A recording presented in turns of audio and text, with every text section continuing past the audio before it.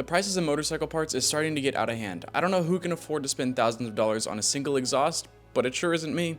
I can feel my credit card going flaccid just thinking about it. That's why today we're going to be saving some money using parts only from the dollar store. What's the worst that could happen? Oh. Good morning, my little bikers. I just spent the last 8 hours becoming one with my mattress, but I finally made it out. I guess gravity does work. Until 6 a.m. But now that we're both awake, let's go ahead and get the build started. Going to a Dollar Tree is always kind of like a field trip. There's an interesting variety of deals, some of which I wouldn't take advantage of, even for $1. If there's one thing I learned in Boy Scouts, some meat is definitely better than others. But with that being said, I somehow managed to choose the loudest shopping cart in the store to select my groceries. I think I could definitely make an exhaust out of this, 100%. So we finally made it back home with a lot of items. I actually haven't gotten this much value out of a $20 bill since I met Ethan in prison. Like, I didn't even know that you could buy a broom pole without a broom on it for $1.25. And I know this doesn't completely replace Ethan, but it's the next best thing. And I'm not quite sure what the plan is with all these random objects that I've just purchased. I kind of just threw some things in the cart, but we're gonna go and try to piece this together and make this bike something special. So this is the starting point of the motorcycle. We're in pretty rough shape, I'm not gonna lie to you. The bike itself is incredibly dirty, as well as we have some nice rust spots coming in here. That's always good. So I think the first course of action is we're gonna go ahead and give it a good old wash, and we'll get back to it. This thing has just been sitting untouched for like the past month and a half. We're not gonna detail it like crazy or anything, but I just wanna make it a little easier to work on. Oh yeah, that's wet. Look at that consistency, nice and gooey. Oh my God. Haven't been blasted in the face like that in a while. There we go, that should be good. Okay, let's get to it. I hope you like my makeshift ghetto dirt bike stand. Ooh. Yeah, this is a hard bike to clean. Oh my gosh, there's freaking cobwebs on it too. Ooh. Oh.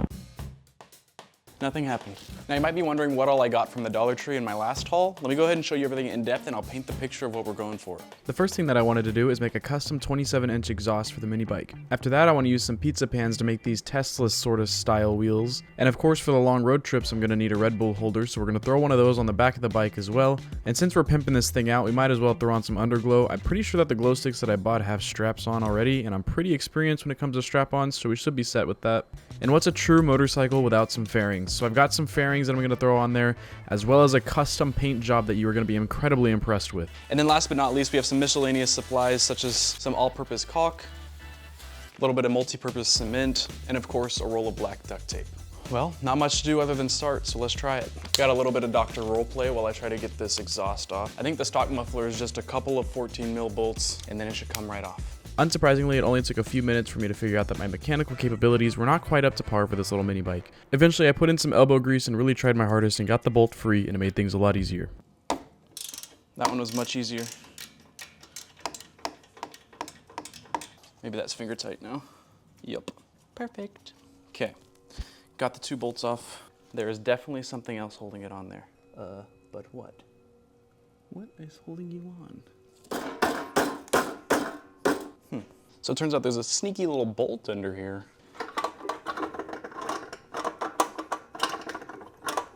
Is there another one? Frick me.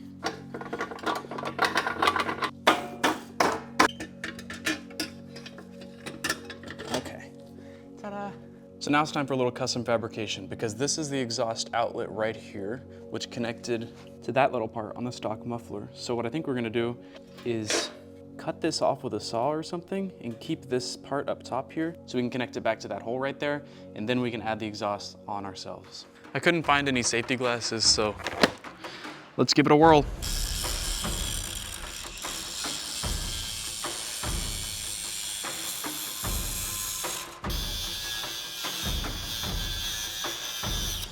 There we go. Ah. Ooh, that's hot.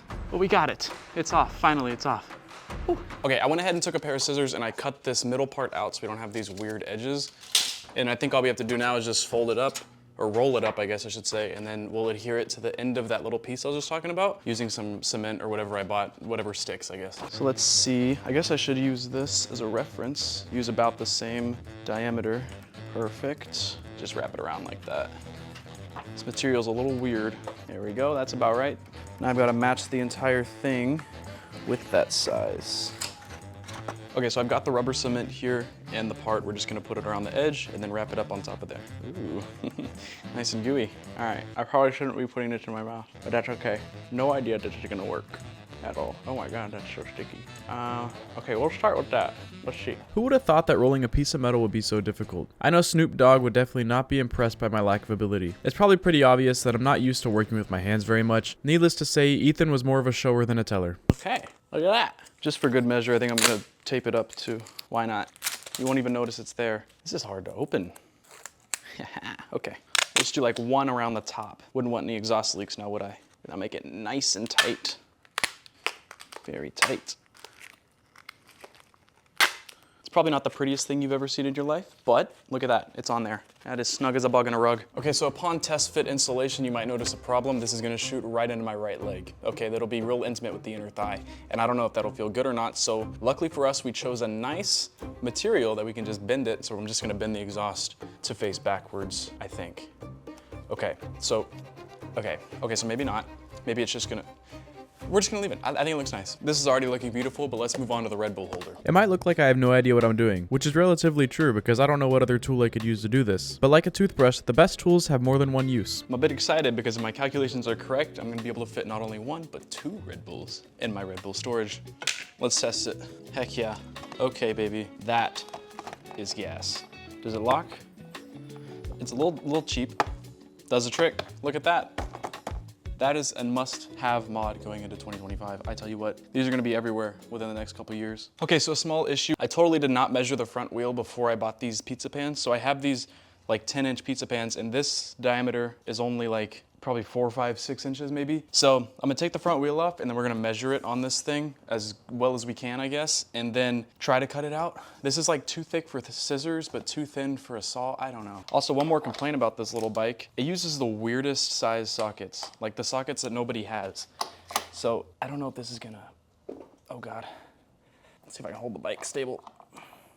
Come on, there we go, yeah.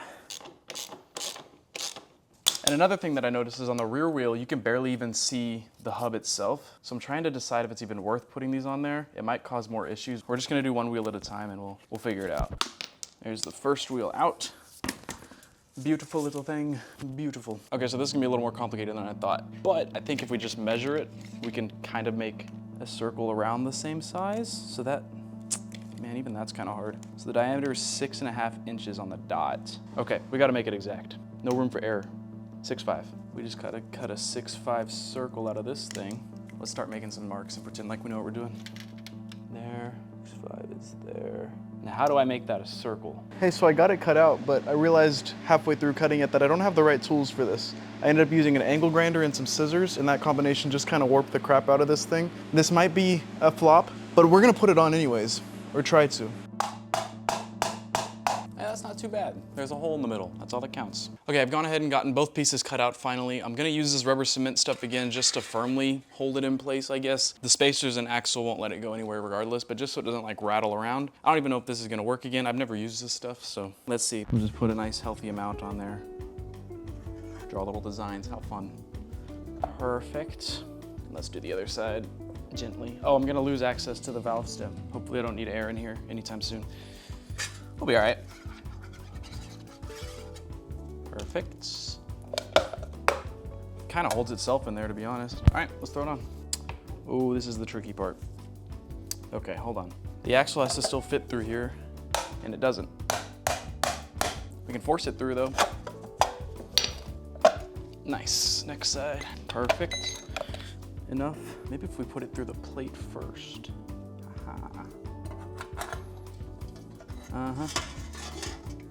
Like that.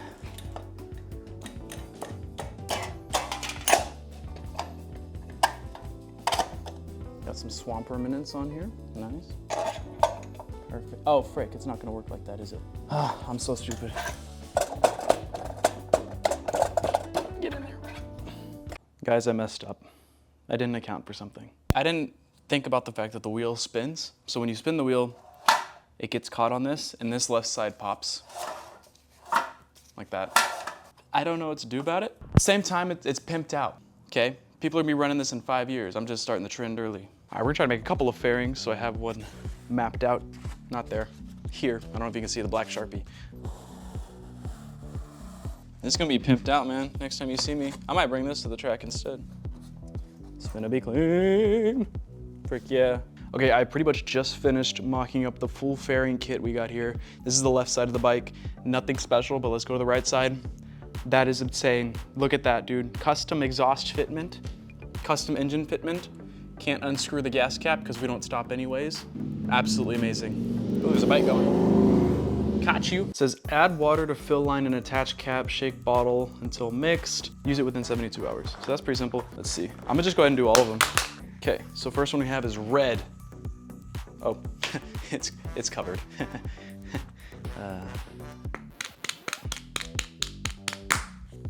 Fill line's all the way up here. That's kind of crazy.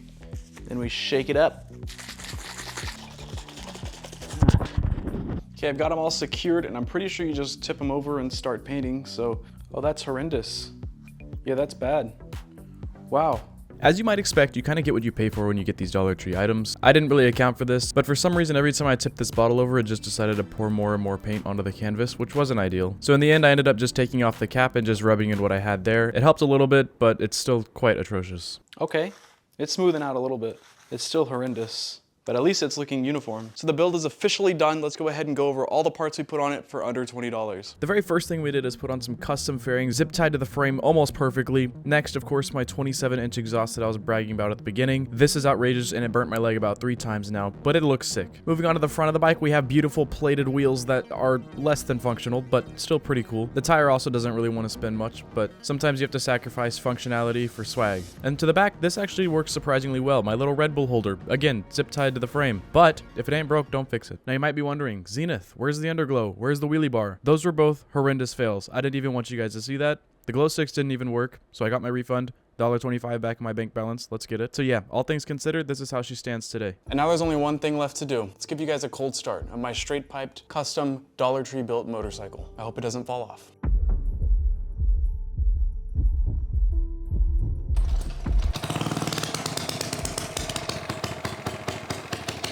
Oh my God. Yes, my mini bike is doing vape tricks in a sealed garage, but as you can tell by my face, I'm too amused to even pay attention to the things that I'm breathing in right now. Imagine blowing nose to this song though.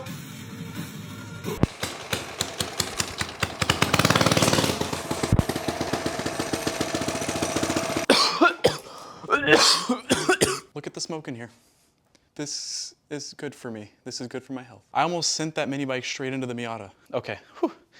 Let's try that again. I gotta give you a couple revs before I OD on whatever is in the air.